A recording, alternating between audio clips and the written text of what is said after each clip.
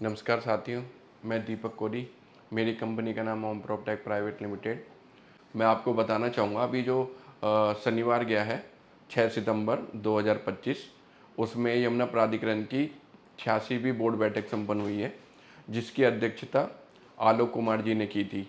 उसमें बहुत सारे बिंदुओं पर बात हुई, जिसमें किसान से जुड़े हुए मुद्दे थे और लॉजिस्टिक हब और तुम्हारा यमुना प्राधिकरण का ऑफिस।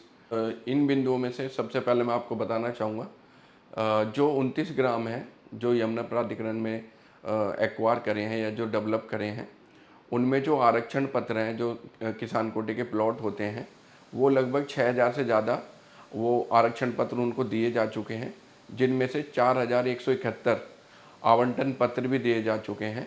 और जिन किसानों की 64% रुका हुआ था, उनका भी लगभग 90% भुगतान हो चुका है। इस बोर्ड बैठक में उसके बारे में बात की गई थी। और जो दूसरा बिंदु है, वो है आपका जो ये गांव हैं, जो यमुना प्राधिकरण में गांव आ रहे हैं, उनको स्मार्ट विलेज बनाने की योजना थी, जिनमें से 29 गाँव में से 9 गाँव में तो काम पूरा हो चुका है, 10 गाँव में काम चल रहा है और 10 गाँवों की परियोजना प्रस्तावित है। इसके बाद जो बिंदु था वो था यमुना प्राधिकरण का ऑफिस। जो यमुना प्राधिकरण का ऑफिस सेक्टर 18 में बन रहा है, नीलौनी शाहपुर मिर्ज़ापुर के पास, यमुना एक्सप्रेसवे के नज़दीक में। वो लगभग 27,800 वर्ग मीटर में बनेगा।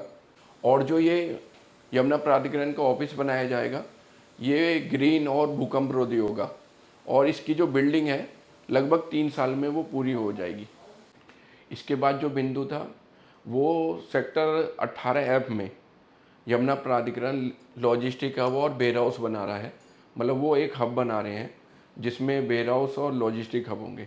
उसके लिए भी किसानों से जल्दी ही ज़मीन वो एक्वायर करेंगे। आगे हम बात करते हैं जो बोर्ड बैठक में बात हुई थी। हाथरस और आगरा में ना शहरी केंद्र बना रहे हैं, जिसमें लगभग 14,400 हेक्टेयर ज़मीन ये एक्वायर कर रहे हैं। मतलब ये यमुना प्राधिकरण का फेज़ 2 कहलाया जाएगा और इसके ऊपर ये डीपीआर बना रहे हैं। इसका भी मास्टर प्लान 2041 जल्दी ही ये पब्लिश कर देंगे।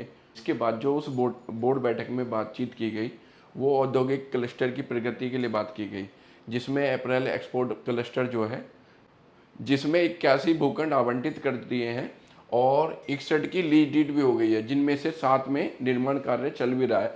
और मेडिकल डिवाइस पार्क जो है, उसमें 89 भूखंड आवंटित हुए हैं, जिनमें से 8 में निर्माण कार्य चल रहा है। यमुना प्राधिकरण के जो सीईओ हैं राकेश कुमार सिंह जी, उन्होंने बताया कि जो हम यमुना या एयरपोर्ट को विकसित कर रहे हैं, यहाँ पर जो डेवलपमेंट कर रहे हैं, वो मतलब ये किसानों की ही बदौलत है, ये गाँवों की ही बदौलत है। इसलिए जो गाँव हैं, इनको हम आदर्श गाँव बनाएंगे, स्मार्ट विलेज बनाएंगे। इसमें ये 29 गाँवों को इन्होंने चयन भी कर लिया है, जिनमें से 9 गाँव ये इन्होंने विकास भी कर दिए। बाकी के 10 गाँवों में कार्य चल रहा है।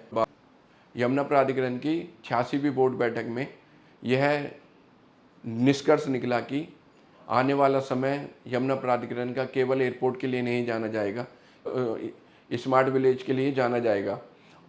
यहाँ इंस्टीट्यूशनल हब और आपका ये जेपी स्पोर्ट सिटी जो है, फार्मूला रेसिंग ट्रैक और भी बहुत सारी चीज़ें हैं जिनका यहाँ पर विकास हो रहा है या विकास चल रहा है। तो आप यहाँ पर अगर आप निवेश करना चाहते हैं तो आप हमें संपर्क कर सकते हैं। आप सभी का बहुत बहुत धन्यवाद। जय हिंद, जय भारत।